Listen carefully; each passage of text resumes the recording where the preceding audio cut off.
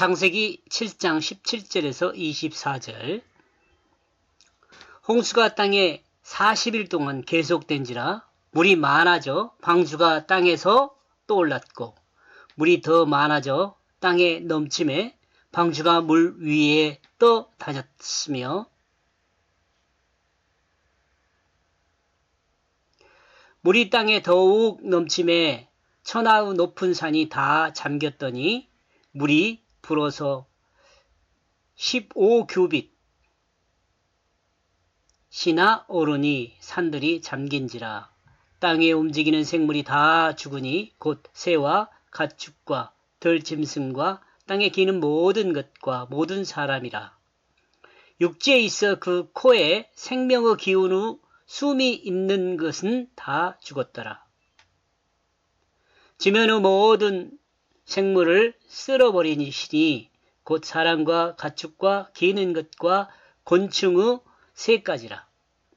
이들은 땅에서 쓸어버림을 당하였으되 오직 노아와 그와 함께 방주에 있던 자들만 남았더라. 물이 150일을 땅에 넘쳤더라. 그리고 40일을 그 땅 위에 홍수가 있다. 그러므로 그 물이 증가하고 있다. 그리고 그것들은 그 방주를 들어 올리고 있다. 그러므로 그 땅 위에 그것이 일어나고 있다. 땅 위에 40일 동안 홍수가 있으니 물들이 증가하였다. 그러므로 그 물들이 방주를 들어 올리고 있다. 그러자 그 방주가 일어나고 있다. 물은 방주를 물에 뜨게 했으며 물 위에서 균형을 잡는 것은 방주가 잡았다. 하나님께서 설계한 대로 노아가 만들었기 때문에 그 방주가 물 위에 뜨는 것은 하나님의 기술적인 그런 설계의 영향이라고 봐야겠죠. 이는 하나님은 온전한 설계에 노아의 순종이 만들어낸 작품이다. 똑같은 말이네요. 하나님의 사람도 이와 같이 하나님 말씀에 순종하여 세상에서 균형을 잡고 온전한 삶을 살 수 있으면 좋겠다라는 생각을 했습니다. 1년을 항해해도 아무런 문제가 없는 그런 사람이 되었으면 좋겠습니다. 우리 그리스도인들이 하나님 말씀의 인도를 받으면서 그대로 만들어져서 방주같이 만들어져서 세상 어떤 영향에도 흔들리지 않고 유혹에도 흔들리지 않고 균형을 잘 잡고 살아갔으면 좋겠다 그런 생각을 합니다. 여기서 방주는 여성명사이다. 그러므로 그 땅 위에 그것은 일어나고 있다 해서 그것은 또한 여성명사니까 방주를 말하는 겁니다. 그러므로 그 물들이 강해지고 있다. 그 땅 위에 더 많아졌다. 그 물의 수면 위에서 그 방주는 행동하고 있다. 여기서 물들의 힘이 강해지고 있다는 것은 그 물들이 뭉쳐서 물결을 이루고 계곡을 누비며 생명을 닦아내는 능력과 힘을 표현한 것이라는 생각을 해봤습니다. 그러니까 물이 그냥 불어나는 것만이 아니라 물이 움직이는 거죠. 물이. 바다도 움직이잖아요. 물이 움직이는 거예요. 물이 지구 위의 수면을 이룬 것을 이야기한다. 지구 위의 수면에서 움직이는 걸 이야기한다. 그런 생각입니다. 하나님의 신이 수면에 운행하시니라 창세기 1장 2절의 말씀이죠.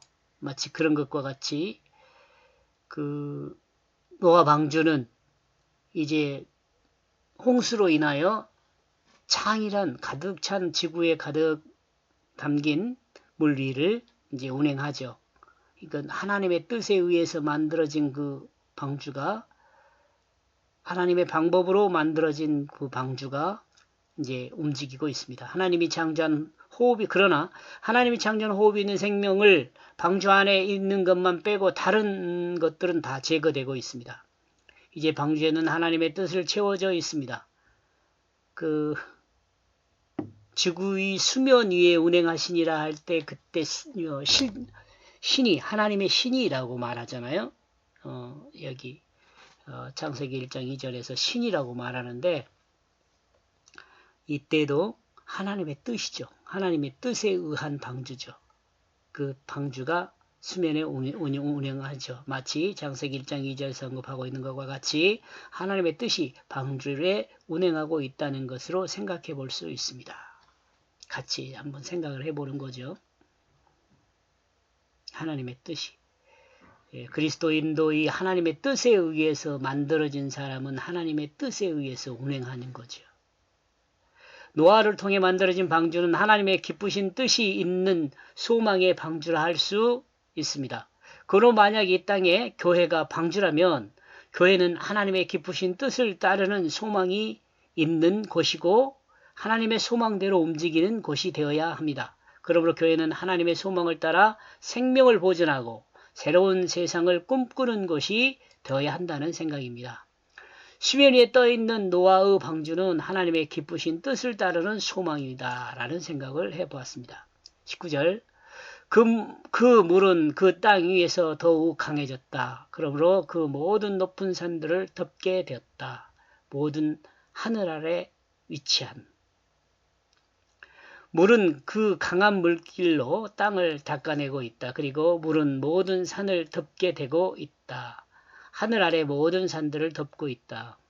우리는 여기서 지구가 울퉁불퉁한 그 이유가 노아 때 홍수로 인한 것일 수 있다는 생각을 할 수 있습니다. 깊은 바다와 높은 산은 휘몰아치는 물결과 파도에 그와 같이 만들어진 것이다 라고 생각해 볼 수 있는 거죠.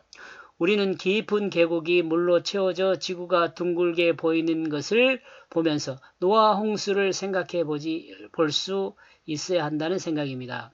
깊은 바다를 덮어 둥근 지구로 보이게 하는 것은 지구에 창일했던 그 물들을 생각하게 합니다. 여기 그 잔 글씨로 이렇게 기록이 되어 있는 내용은 위키백과에서 심해 탐사라는 그 내용을 찾으면 이 내용이 나옵니다.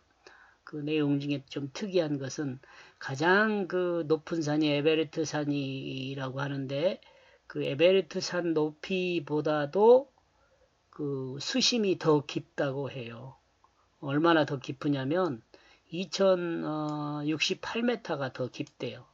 깊이가 더 깊어요. 그러니까 에베레스트 산의 가장 높은 그 산 봉우리를 그 심에 넣으면 2068m 정도 가라앉는 거죠. 사람 눈으로 확인할 수도 없대요. 1000m가 넘어가면 암흑과 같은 어두운 곳이 되기 때문에 수심이에요. 햇빛이 들어오지 않기 때문에 눈으로 볼 수도 없이 잠겨버리는 거죠. 심해가 그렇게 울퉁불퉁한 그런 거죠.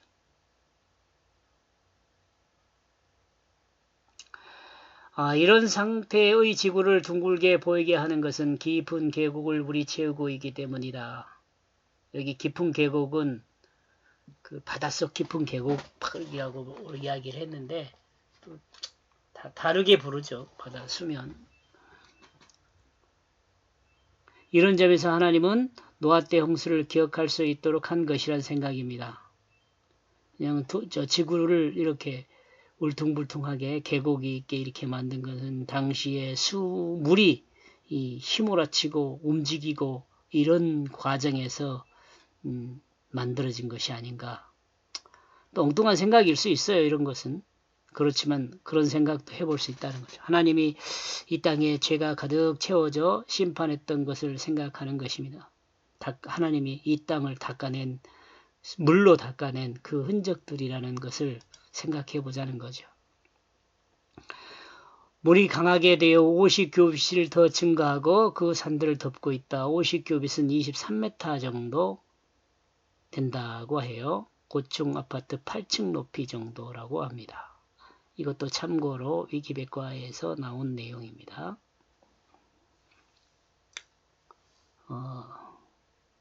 한번 여러분이 읽어보고 싶으면 한번 정지해서 읽어봐도 될 것 같아요. 이러므로 노아 때 홍수는 하나님의 심판이며 인간의 생각으로 상상할 수 없는 상황입니다. 높은 산이 물에 덮인 다음 23mm가 더 왔다는 그것은 23,000mm가 더 왔다는 것은 인간의 생각으로 어떻게 상상할 수 있겠습니까? 50규빗이 더 내렸다는 것을 물이 높은 산을 덮은 후 50규빗이 더 내렸다는 이야기로 볼 때 가장 낮은 수심이 23m라는 의미로 생각해 볼 수도 있습니다. 이렇게 볼 때 지구는 물로 완전히 덮였다고 보는 것이 옳을 것입니다. 높은 산은 안 덮이고 이렇게 생각하는데 아마 이 내용으로 봐서는 지구가 모두 덮였다라고 생각하는 것이 좋을 것 같다. 지구에 숨쉬는 모든 것은 다 죽었다. 이렇게 이해하면 될 것 같습니다. 결론은 방주에 들어간 것만 빼고 이 땅 위에 모든 호흡이 있는 생물이 다 죽었다는 것을 우리는 생각해 볼 수 있습니다. 아니 생각해 보다는 알 수 있는 거죠. 이 역사적 사실의 성경 증거를 우리가 믿음으로 우리는 알게 되는구나. 다 죽었다라고 아는 거죠.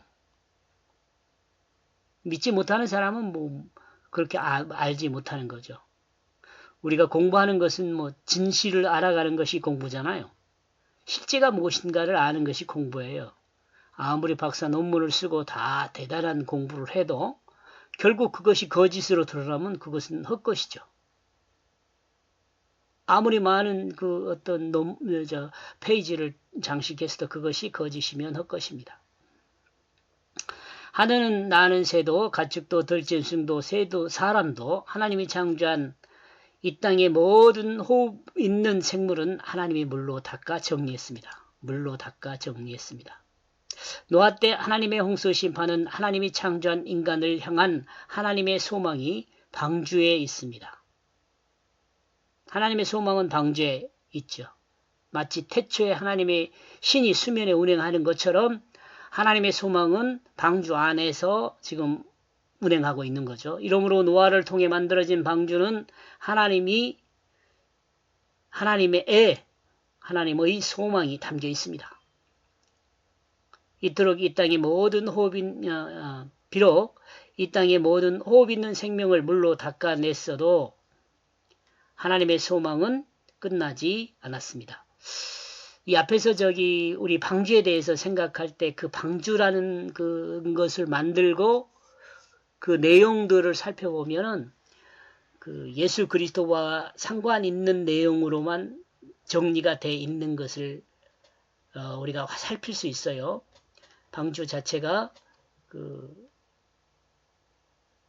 예를 들면 역청으로 칠했다라든가 그런 내용들은 대속과 안과 밖을 덮었다라는 거 그런 것 내용들을 보면 죄사함이나 대속이나 이런 내용들이 다 방주라는 개념 안에 들어 있습니다. 혹시 궁금하면 앞에 내용을 한번 더 들어보면 좋을 것 같아요. 하나님의 친절하심은 앞에서 설명한 내용에 대해 오해하지 않도록 설명을 더하고 있습니다.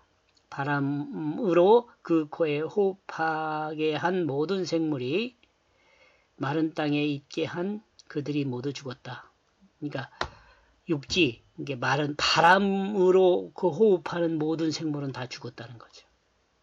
메뚜기도 마찬가지고. 그걸로 그는 이 땅으로부터 모든 생물을 쓸어버리고 있다. 그러나 노아와 방주 안에 함께한 그는 확실히 남게 되었다. 성경이 이 땅으로부터 모든 생물을 쓸어버렸다고 증거하고 있습니다. 모든 생물은 코로 호흡하는 모든 생물이죠.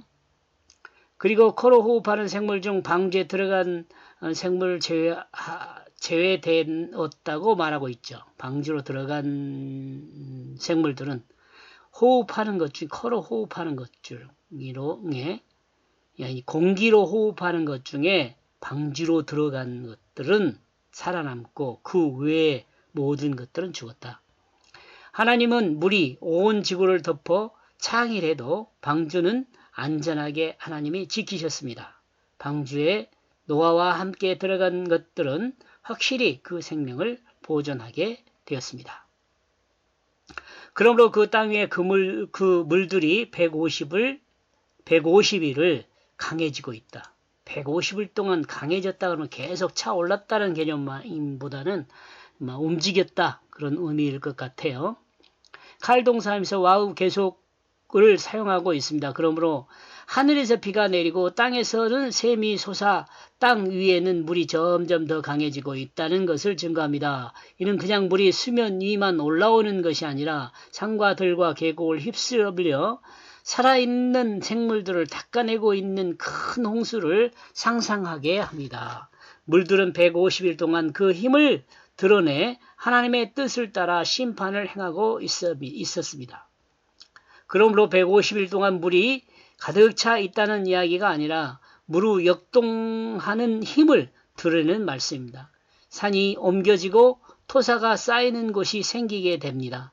바다의 생물이 물결 따라 산 위로 올라가기도 하고 산의 나무들이 바다에 던져지는 일들이 일어났을 것으로 상상해 볼 수 있습니다. 이 심판의 원인은 인간의 타락으로 인한 것이었습니다. 그런데 코로 호흡하는 모든 생물이 죽게 되었습니다. 이렇게 볼 때 인간은 코로 호흡하는 모든 생물에게 미안한 마음을 가져야 한다는 생각을 했습니다. 하나님은 마른 땅에서 코로 호흡하는 것의 씨를 방주에 남기시고 홍수로 모두 죽게 했습니다.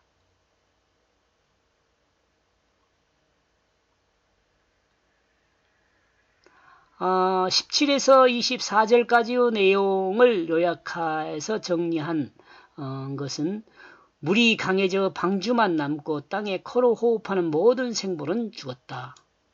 방주에만 남고 그렇게 이야기합니다. 감사합니다.